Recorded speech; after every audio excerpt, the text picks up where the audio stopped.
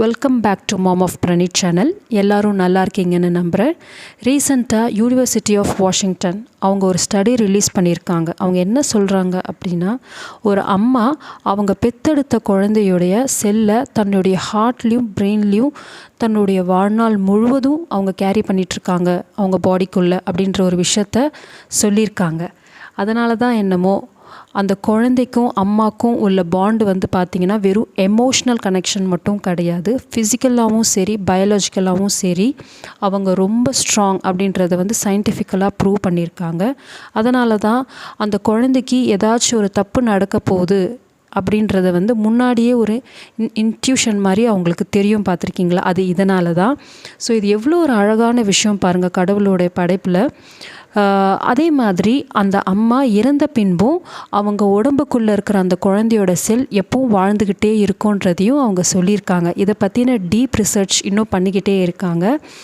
அதாவது மதர்ன்றது ஒரு ரோல் மட்டும் இல்லை, நீங்கள் தான் the greatest of all time. என்னால் முடியலை, என்னால் இது செய்ய முடியல, நான் எதுக்குமே லாய்க்கு இல்லை, என்னால் குழந்தைய பார்த்துக்க முடியல, எனக்கு ஏன் இந்த வாழ்க்கை இப்படி இருக்குது, எனக்கு மட்டும் ஏன் இப்படி நடக்குது அப்படின்னு யோசிக்கிறவங்களுக்கு ஒரு முறை இந்த வீடியோவை பாருங்கள். உங்களுக்கு ரொம்ப மோட்டிவேஷனாக இருக்கும். நெக்ஸ்ட்டு டைம் நீங்கள் எப்போவும் வந்து உங்களை அண்டர் எஸ்டிமேட் பண்ணாதீங்க. ஏன்னா நீங்கள் தான் எல்லாத்துக்குமே மேலே. நீங்கள் இல்லைன்னா அந்த வீடும் கிடையாது, அங்கே உள்ள எந்த ஒரு விஷயமே வந்து உயிர் இல்லாதது போல தான் இருக்கும். ஸோ எப்போவும் நீங்கள் தான் best. Mothers are always great. இதை பார்த்துட்ருக்க அம்மாக்கள் என்ன நினைக்கிறீங்க அப்படின்றத வந்து கமெண்ட்ஸில் எனக்கு சொல்லுங்கள்.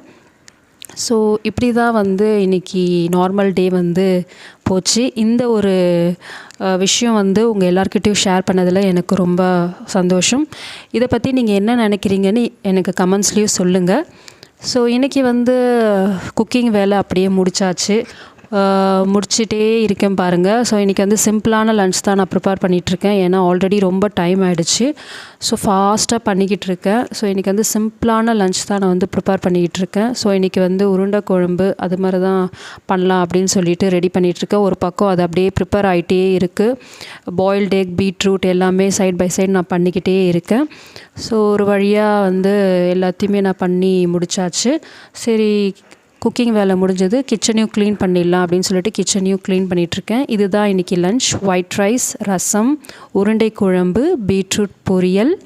இதுதான் நம்ம வீட்டு லன்ச் இன்றைக்கி. மறக்காமல் இந்த வீடியோ உங்களுக்கு பிடிச்சிருக்கோன்னு நினைக்கிறேன். நெக்ஸ்ட் வீடியோவில் பார்க்குறேன்.